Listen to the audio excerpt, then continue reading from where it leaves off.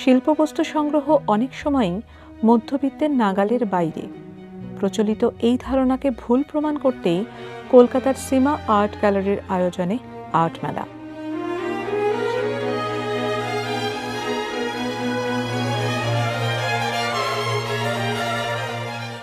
যেখানে নাগালের মধ্যে গুণী শিল্পীদের আঁকা ছবি, ভাস্কর্য সংগ্রহ করতে পারবেন শিল্পপ্রেমীরা।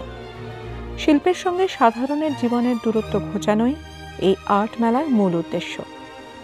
শিল্প যেমন অমূল্য, তেমন একথাও ঠিক যে শিল্পের মূল্য সকলের সাধ্যের মধ্যে থাকে না।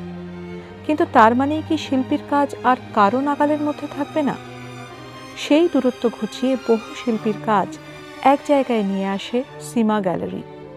শিল্পপ্রেমী সকলে যেন পারেন শিল্প সংগ্রহ করতে, তার জন্য মূল্য রাখা হয়েছে সাধ্যের মধ্যে।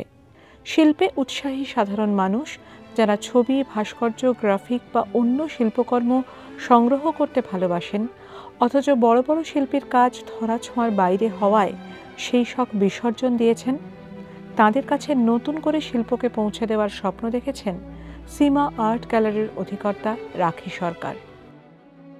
সীমা আর্ট মেলা এবার একটু অন্যরকমভাবে আমরা সাজিয়েছি, বিশেষত এই কারণে যে বিভিন্ন শিল্পীরা এই আর্ট মেলার জন্য বিশেষভাবে একটা কালেকশন করেছে।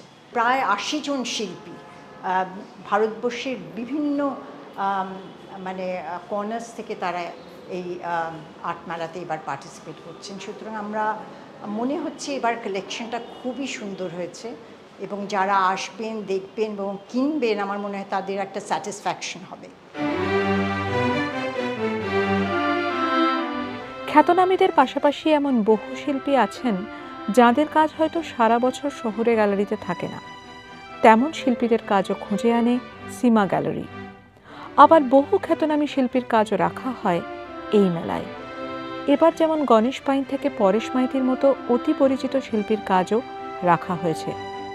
অধিকর্তা জানান, এই মেলার জন্য বহু প্রতিষ্ঠিত শিল্পী তুলনায় কম দামে নিজেদের কাজ দেন, যাতে সকলের আয়ত্তের মধ্যে থাকে শিল্প। এবছর যেমন বহু শিল্পীর ক্যানভাস আছে, তেমন আছে ভাস্কর্য, আছে পটচিত্র, মধুবনী চিত্র। ১,০০০ টাকা থেকে শুরু করে ৩.৫ লক্ষ টাকা মূল্যের বিবিধ শিল্প রাখা হয়েছে এই মেলায়।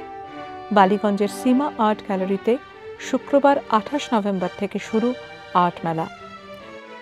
বেলা ১১টা থেকে রাত ৮টা, চলবে রবিবার ৩০ তারিখ পর্যন্ত।